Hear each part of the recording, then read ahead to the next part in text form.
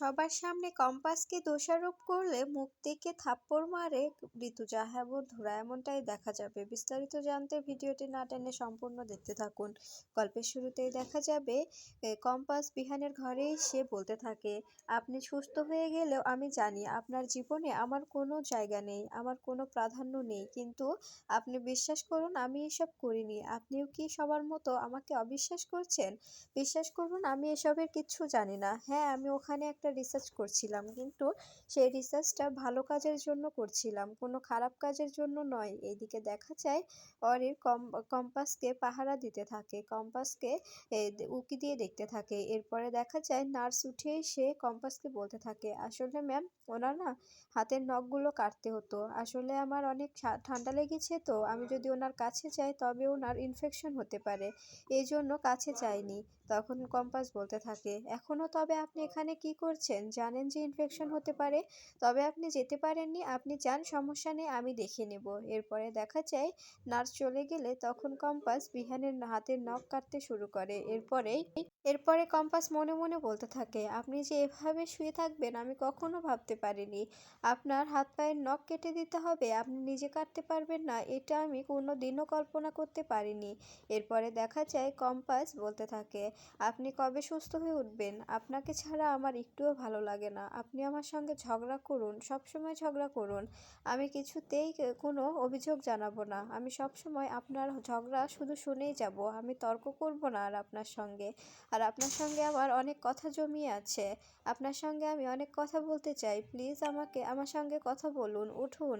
এরপরে দেখা যায় অস্মিকা ঘুমিয়ে আছে। তখন তখন মাহি এসে অস্মিকার ফোনটা নেয়, আর অস্মিকার ফোন থেকে কম্পাসকে একটা এসএমএস করে, ছোট বৌদি, আমার শরীরটা খুব খারাপ করছে, তুমি একটু আমার ঘরে আসবে? একটু তাড়াতাড়ি এসো, শরীরটা অনেক খারাপ করছে, ভালো লাগছে না, তুমি যদি আসো তবে ভালো হয়। এটা দেখে কম্পাস বলতে থাকে, অস্মিকার আবার কি হলো?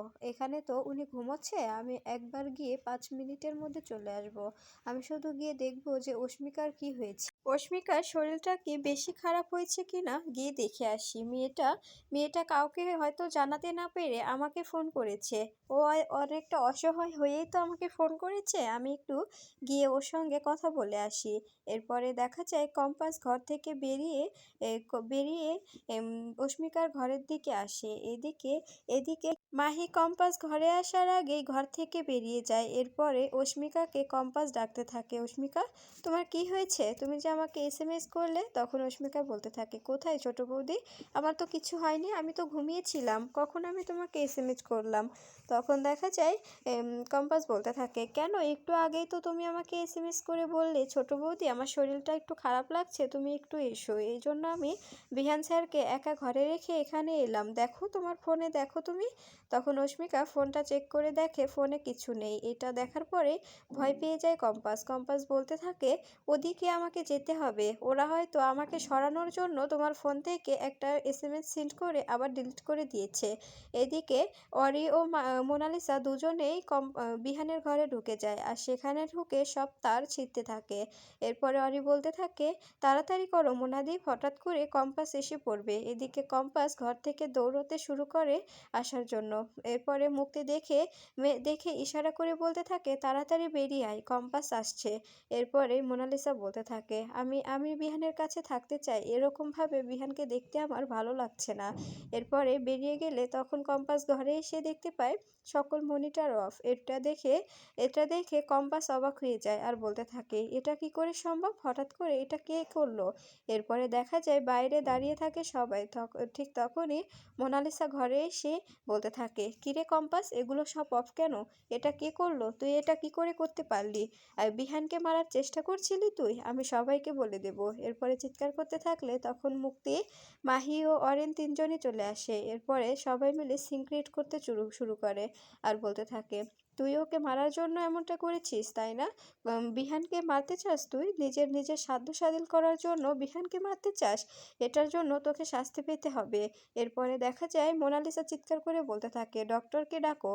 এরপরে কম্পাস বিহানের কাছে গেলে তখন মোনালিসা বলতে থাকে, একদম বিহানের কাছে যাবি না তুই, তুই বিহানকে মারার চেষ্টা করেছিলি, তোকে তোকে আমি জেলে দেব, তুই একদম বিহানের ধারে কাছেও যাবি না।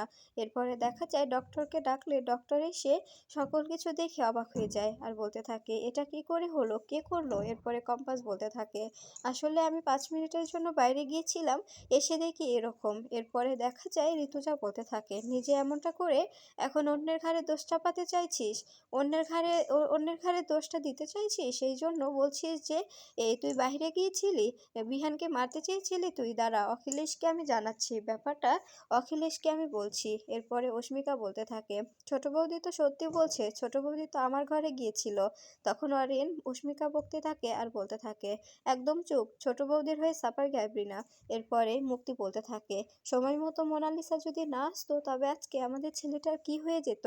এরপরে দেখা যায় মুক্তি ন্যাকা কান্না কাঁদতে থাকে আর বলতে থাকে, মোনালিসার জন্য আজকে আমাদের ছেলেটাকে আমরা প্রাণে বাঁচাতে পারলাম, না হলে এই রাক্ষস মেয়েটা তো আমাদের ছেলেটাকে একদম শেষ করে ফেলতো, আমাদের ছেলেটাকে শেষ করে ফেলতো। এরপরে কম্পাসকে টানতে টানতে ডাইনিংয়ে নিয়ে আসে আর সেখানে এসে ঋতুজাকে ডাকতে থাকে, ঋতু দেখ তোর গুণধর বৌমা কি করেছে, আজকে তোর ছেলেকে মারতে চেয়েছিল, তুই তাড়াতাড়ি আয়।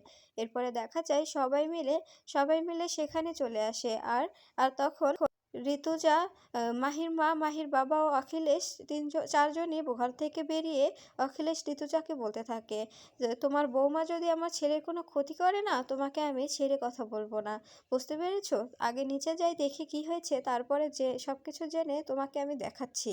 এরপরে এরপরে সবাই মিলে নিচে আসে। এদিকে দেখা যায় কম্পাস মুক্তিকে বলতে থাকে, মুক্তিমাসি তুমি কিন্তু খুব ভালো করে জানো ব্যাপারটা কি হয়েছে, তাই তাই তুমি এভাবে সিনক্রিয়েট করো না, হঠাৎ করে দেখবে নিজেই ফেঁসে যাবে, তখন কিন্তু পালানোর জায়গা খুঁজে পাবে না। এই কথাটা শুনলে মুক্তি রেগে যায়। এরপরে ন্যাকা কান্না কাঁদতে শুরু করে আর সবাইকে বলতে থাকে। এরপরে ঋতুজা এলে বলতে থাকে, দেখ তোর বৌমা, তোর গুণধর বৌমা তোর ছেলেকে আজকে মারতে গিয়েছিল, তোর ছেলেকে প্রাণে মেরে ফেলতো। আজকে যদি মোনালিসা ঠিক সময় মতো না যেত বিহানের ঘরে, তবে তবে তুই তোর ছেলেকে কখনোই ফিরে পেতি না।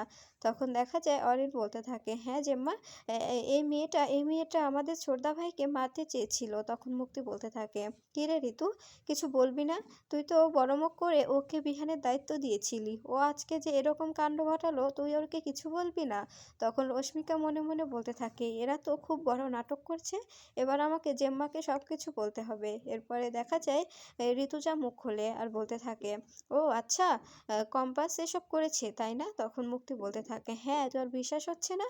তখন অখিলেশ বলতে থাকে, কি হয়েছে মুক্তি, আমাকে সবটা খুলে বলো তো। এরপরে মুক্তি মুক্তি সব কিছু বলতে শুরু করে। অখিলেশকে বলতে থাকে যে এভাবে এভাবে আমরা দেখলাম যে বিহানের ঘরে সকল মনিটর অফ, আর সে তখন মোনালিসা ওই দিক দিয়ে যাচ্ছিল বিহানকে দেখার জন্য, ঠিক তখনই দেখে চিৎকার করলো আর আমরা সবাই মিলে ঘরে ঢুকে গেলাম।